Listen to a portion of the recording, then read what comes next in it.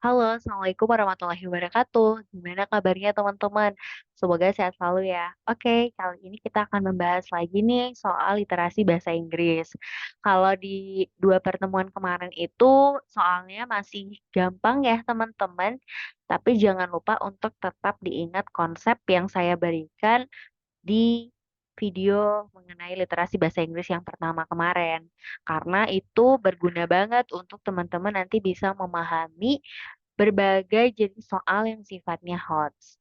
Nah, oke teman-teman, karena kemarin masih sangat mudah ya, sementara kalau untuk soal-soal SKB itu lebih HOTS dan kita memang dituntut untuk mengetahui atau bisa menganalisis dari keseluruhan isi teks. Jadi pemahaman banget teman-teman ya, misalnya kita kan nanti dituntut nih dosen baca jurnal. Nah, kita kan harus tahu apa itu sih isi dari jurnal tersebut. Jadi kita tidak hanya bicara soal details question aja, tapi kita bisa bicara juga mengenai inference question ataupun kita bicara soal purpose atau function question. Oke, kita selanjutnya ini saya sudah ngambil ya. Memang materi yang saya ambil itu langsung dari jurnal atau artikel, karena salah satu yang dituntut ketika SKB adalah selain berita, kita juga harus tahu bagaimana membaca sebuah artikel jurnal. Oke, teman-teman, kita bisa lihat di sini, nih sambil oke, saya nyalakan pennya. Kita ingat ya, kita harus baca soal dan tahu keywordnya apa yang ditanyakan. Jadi jangan langsung baca teks karena kan waktu ya teman-teman kan ada 20 soal. Nah, maka harus baca di soalnya terlebih dahulu. Nah, ada yang nanya, "Kak, apakah nanti teksnya panjang-panjang?" Iya, gitu ya. Teksnya tuh panjang, teman-teman. Dan itu memang sudah didesain seperti itu soalnya supaya teman-teman terbiasa untuk membaca teks-teks yang panjang. Oke, kita baca. What is the primary aim of technology adoption research at the individual level based on the information provided? Oke, kira-kira apa teman-teman berkaitan dengan keyword yang ditanyakan? Oke, ini ya tujuan dari teknologi adoption research. Nah, selain itu, individualnya juga ada kata kuncinya. Nah, kita baca ya. Kita harus tahu dulu ini teksnya nanti about apa. Yang kedua, kita cari yang ada menjelaskan tentang aim of technology adoption research, especially in individual level base. Nah, tapi di sini itu masuk di tipe apa, teman-teman? Ya, sebenarnya ini sudah masuk kategori function question ya atau purpose ya, tujuan. Jadi tujuan kenapa sih adanya individual level base ini berdasarkan informasi teks. Nah, kita baca dulu. Over the last half century, a vast number of adoption theory and technology acceptance models, along with a plethora of their extensions and modification has been advanced. Oke, kira-kira apa teman-teman topiknya?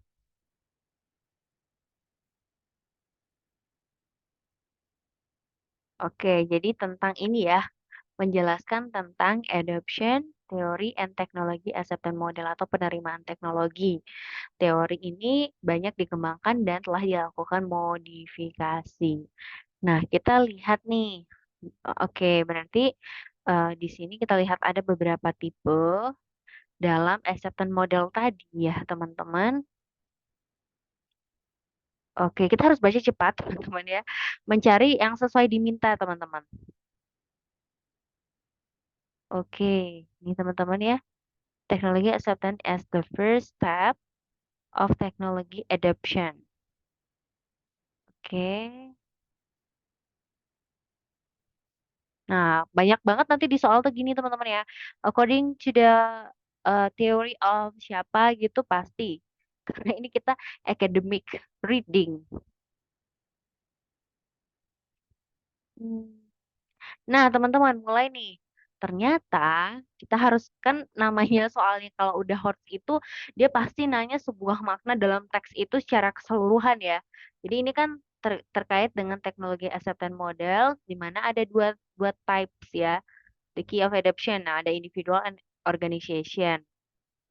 Oke.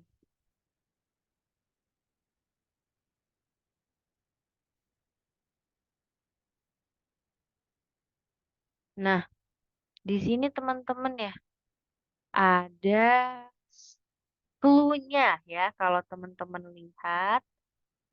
Hmm, oke, kita baca dulu ya. Teknologi adoption research at the individual level, theory and model have been used to predict and explain human behavior toward technology acceptance, adoption, and usage. Oke. Hmm, oke. Kalau kalau teman-teman peka ya, ini ada soal ini nih. Ada kata kunci human behavior towards technology acceptance. Nih, kemudian ada adoption dan penggunaan teknologi. Oke, jadi kalau berdasarkan teks, acceptance model itu ada istilahnya to predict and explain. Oke, human behavior toward technology acceptance, adoption, and usage. Nah, kalau soalnya itu HOTS, itu tuh nggak akan mention persis dengan yang ada di teks, tapi dia paraphrasing menggunakan kalimat atau kata yang berbeda. Supaya mereka kan pengen nguji kita kan, kemampuan istilahnya ini maknanya sama tapi penyampaiannya berbeda. Berarti yang diuji apa vocabnya kita ya, dan pemahaman kita, kerajinan kita ketika membaca artikel. Oke, to access the historical development of technology acceptance models. Apakah menceritakan tentang sejarah perkembangan model? Menurut teman-teman? Enggak ya? Tidak. Oke, next. To explore various factors influencing technology acceptance. Bisa ya teman-teman, karena kan tadi dijelaskan ini. To predict and explain, ada tiga faktor ini. Nah, itu disebut faktor-faktor tuh various factors. Oke, kita skip dulu yang ini. Kemudian to predict the exact number of technology innovation adopted. Benar gak untuk memprediksi jumlah inovasi yang diadopsi? Tidak ya teman-teman, tidak menjelaskan sama sekali. Kemudian to investigate the impact of organizational level technology adoption. Nah, kira-kira menurut teman-teman menyelidiki dampak adopsi teknologi di tingkat organisasi? Tidak ya, karena ini kita sedang membahas soal individual, not organization. Nah, jadi kenapa soalnya disebut HOTS? Karena untuk menjelaskan ini, gitu ya, ini maknanya sama, tapi faktor-faktornya tidak dijelaskan. Oke, teman-teman. Ini maksudnya masuk di dalam kategori function question ya atau purpose yang sudah kita pelajari konsepnya. Gimana teman-teman? Udah mulai paham ya? Nah, kita cek ya, benar nggak ya jawabannya? Ya, B. To explore various factors influencing technology acceptance. Oke, gitu ya teman-teman. Jadi kalau namanya soal itu kadang nggak harus soal detailed question karena itu terlalu mudah. Makanya kadang dikembangin dengan diparaphrasing. Jadi maknanya itu sama tapi penyampaiannya berbeda. Oke, next question. Nomor dua, based on the information in the passage, what are the two main factors that interact with human capital to contribute to technology growth in developing countries? Developing countries. Oke, apa kata kuncinya teman-teman? Oke, two main factor that interact with human capital to contribute to technology growth in developing countries. Oke, kita ini sudah yang berbeda ya teman-teman ya. Bukan soal tadi kan tentang acceptance model. Nah, sekarang itu tentang technology gap between developing and advanced country. Jadi bagaimana ada sebuah kesenjangan teknologi antara negara maju dan negara berkembang. Oke. Pertama itu teman-teman yang harus dilakukan tuh tahu dulu ini tuh teksnya about apa. Kenapa? Karena kalau kita nggak tahu, kita tuh agak nggak nyambung untuk menjawab pertanyaan-pertanyaannya, ya. Oke, kita cari dulu kata kuncinya tadi, human capital. Oke teman-teman di sini ya, di sini kalian bisa baca, the cross country regression show that human capital interact with inflows info of foreign technology ini ya, machine import as well as foreign direct investment.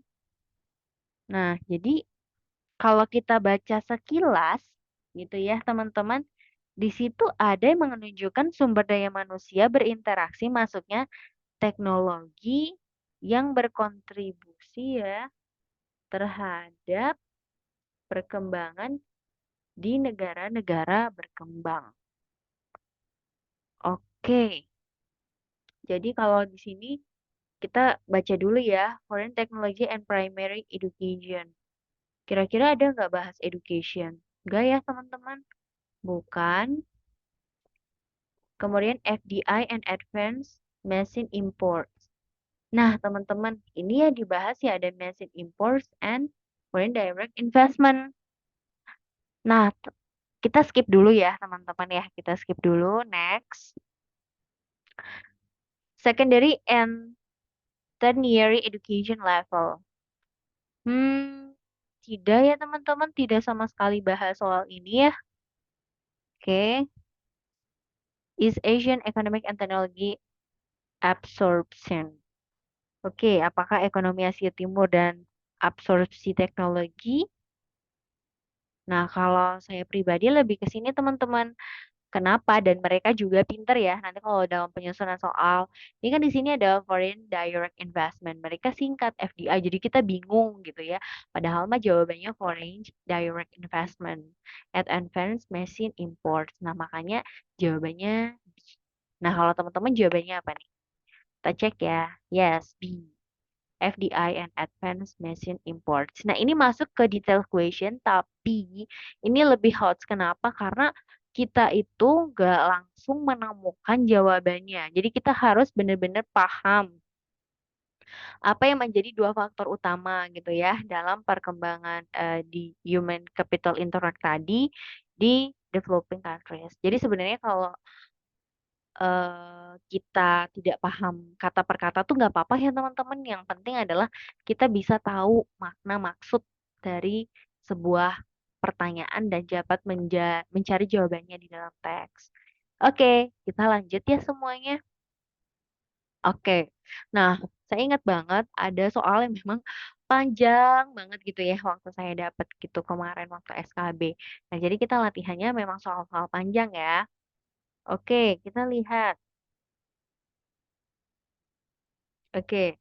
Given the research mentioned in the text and the different theoretical perspective of British and American scholars, which of the following statements best reflects the potential implications of the different perspective for local government research and practice? Oke, kita lihat ya teman-teman di sini seperti ada dua pandangan perspektif teori yang berbeda antara British and American scholar. Oke. Yang menjadi implikasi dari perbedaan perspektif tersebut untuk memaknai local government. Kira-kira apa teman-teman? Menarik ya? Ini menarik banget ya. Ini udah termasuk soal yang lebih sulit ya. Saya bilang kenapa lebih sulit, kita harus memahami teks. Jadi bukan hanya kita mencari sebuah ide pokok atau detailsnya aja. Oke, ini seperti tipenya itu inference question ya teman-teman atau conclusion. Oke, local government have a important role ya. Oh, ini ketutup sama Zoom ya. Oke, providing service to the community. Oke, pemerintah daerah itu punya peran yang sangat signifikan ya teman-teman dalam proses pelayanan publik. Over the past few decades, scholars have begun to empirically examine the relationship between management and local government performance and place this relationship within the framework of economy and resource-based theories. Oke, di sini teman-teman, kayak kalau baca jurnal kan describe, examine, kemudian explain, itu sering banget muncul ya kata-kata itu dalam memaknai sebuah uh, jurnal gitu ya. Oke, di sini dijelaskan ya adanya hubungan empiris antara manajemen and local government performance. Oke, tadi juga pertanyaannya kan tadi ada dua pandangan yang antara British and American scholars. Oke, tentang local government performance. Jujur, kalau kita harus baca sampai selesai itu waktunya nggak akan cukup. Kita fokus to find the keywords according to the question. Nah, di sini saya cari tahu dulu nih. Oh, ini teman-teman ya, ada British and American. Nah, nih saya pengen baca ini dulu. Sub-analyze relationship between performance dimension and organizational level in local America. And that the British American researchers who dominate the study largely draw on different theoretical perspective. Oke, di sini jelas ya teman-teman, diungkapkan bahwa antara peneliti Inggris dan Amerika itu mendominasi ya perspektif teori-teori yang berbeda. Oke, apa ya yang berbeda? Kita baca di sini. Nih, teman-teman, kita cari tahu dulu. Karena kan pertanyaannya implikasi dari perbedaan itu apa gitu ya, teman-teman. Kita coba. Oke. Nih, evidence suggests a strong positive impact on performance resulting from staff quality, personal stability, and planning, as well as moderate support for the benefit of network, representative bureaucracy, and strategic content. Hmm, berarti, oke, ini membahas tentang bagaimana kinerja itu dilihat dari staffnya, kualitas, personal stability, planning, and so on. Oke. Kita baca dulu ya teman-teman. Di sini yang pertama adalah different theoretical perspective have minimal impact on research findings and practical application. Nah, nggak mungkin ya teman-teman. Tadi kan di sini dikatakan bahwa banyak berkontribusi ya antara British and American scholars. Jadi sangat salah kalau jawabannya eh, A gitu ya. Jadi kita skip ya. Teman-teman harus terbiasa ya membaca paragraf-paragraf dari jurnal gitu ya. B. Cultural and contextual factors are not relevant in the study of local government management. Oke, kira-kira mereka menyampaikan ini nggak teman-teman? Nggak ya, tadi kan di sini dikatakan the majority attention focus on a concept of organization size itu strategy, planning, staff, personal ability, representative bureaucracy, and network. Nggak ada dikatakan faktor budaya itu ya, faktor budaya dan kontekstual tidak relevan dalam kajian pengelolaan pemerintah daerah. Tidak ya teman-teman, yang jawabannya B. Salah. Next, theoretical perspective can influence the interpretation of research finding and have practical implication. Nah, saya lebih cenderung ini kenapa? Tadi kan disebutkan ya, nih, who dominate the study with different theoretical perspective. Jadi sebenarnya kenapa kita jadi berpikir kritis bahwa perbedaan teori sebenarnya dapat mengcombine gitu ya, atau kita bisa mengetahui bagaimana praktis dan penggunaan teorinya. Itu ya kalau jadi ini soalnya hot banget teman-teman ya, nggak apa-apa kita kan latihan ya. Ini kita cek dulu ya, aduh, nih British and American scholar have always taken the same theoretical perspective in their research. Enggak ya, tidak selalu sama. Tadi kan dominate tapi ada with the different theoretical perspective. Ya teman-teman ini kata kuncinya nih. Jadi bukan yang D. Oke, salah. Maka jawabannya yang C. Nah kalau teman-teman jawabannya apa? Kita cek dulu ya.